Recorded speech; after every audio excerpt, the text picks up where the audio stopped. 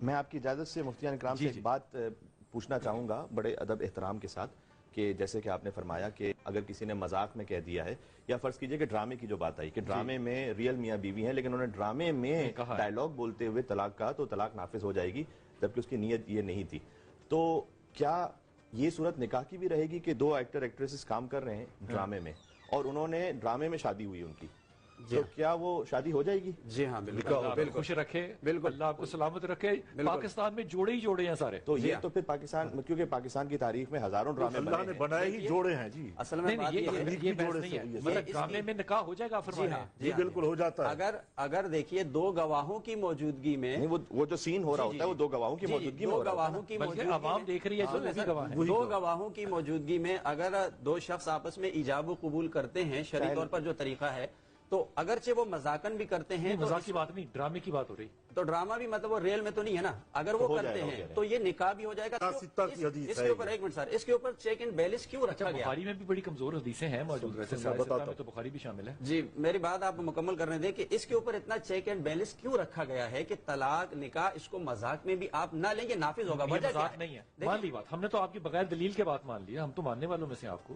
یہ مذاق میں نہیں ہے. اگر یہ مذاق نہیں ہے تو پھر تمام مسالک جو ہیں یہ الگ الگ کیوں اوپینین رکھتے ہیں اس کے بارے میں اپنا؟ نہیں, یہ دیکھیں چاروں مسالک اس میں الگ الگ اوپینین نہیں رکھتے ہیں. طلاق کے معاملے میں بھی اور نکاح کے معاملے میں بھی.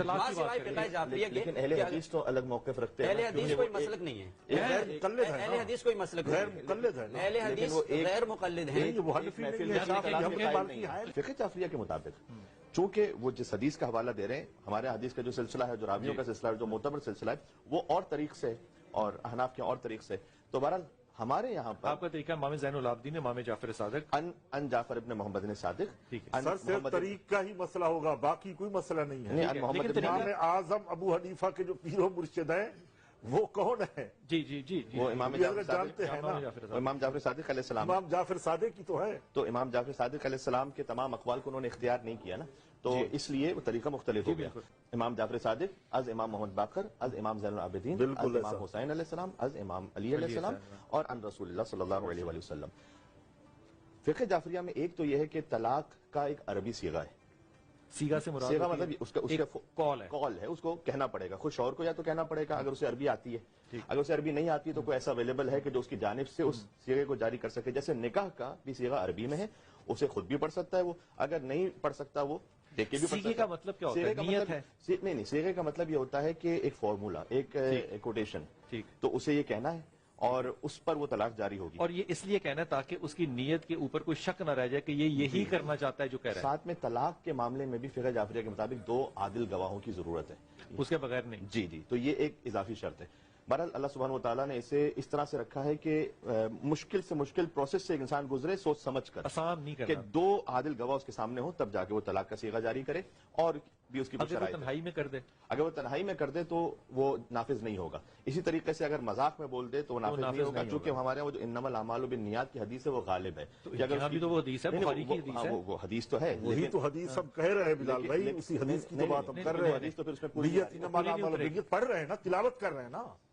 ایک سیکنڈ. ہاں, تو اگر فرض کیجئے کہ ایک انسان مذاق میں کہہ رہا ہے کہ جس کی نیت حقیقت میں نہیں ہے, تو اس کی نیت اس پہ عمل پہ غالب رہے گی اور وہ نافذ نہیں ہوگی. اسی طریقے سے غصے کی الگ الگ اقسام ہیں. ایک مرتبہ ہوتا ہے کہ انسان غصے میں تو ہے جبھی تو طلاق دے رہا ہے. غصے کی اقسام شرعی طور پہ کہاں ڈیفائنڈ ہے؟ جی جی, وہ ڈیفائنڈ اس طرح سے ہے کہ جس میں اگر کوئی ایسا غصہ ہے کہ جس میں وہ اپنے ہوش و حواس میں نہیں ہے, دیوانگی کی کیفیت میں, اور اس کے الفاظ اس کے عقل زائل ہو جائے گی, تو ایسی صورت میں اگر وہ طلاق کسی کا کہہ رہا ہے تو وہ نافذ نہیں ہے, کیونکہ وہ سینٹی نہیں ہے, وہ انسینٹی سے وہ کہہ رہا ہے بات.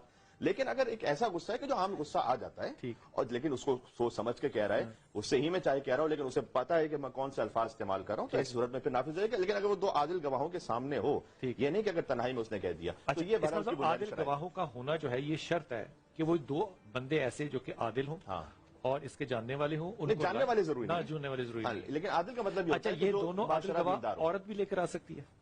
کون سی عورت؟ بیوی بھی لے کر آ سکتی ہے. وہ بیوی اگر لے کر آ سکتی ہے تو شوہر نے جب جاری کیا ہے, تو اگر وہ بیوی بھی لے کر آئی ہوئی ہے اور دو عادل گواہ اس کے سامنے تو کافی ہو جائے گا. ٹھیک ہو گیا. فقہ جعفریہ کے مطابق جی جی, میں عرض کر رہا ہوں آپ سے, وہ لباس سے پتہ چلتا ہے کہ فقہ جعفریہ کے مطابق کر رہے ہیں.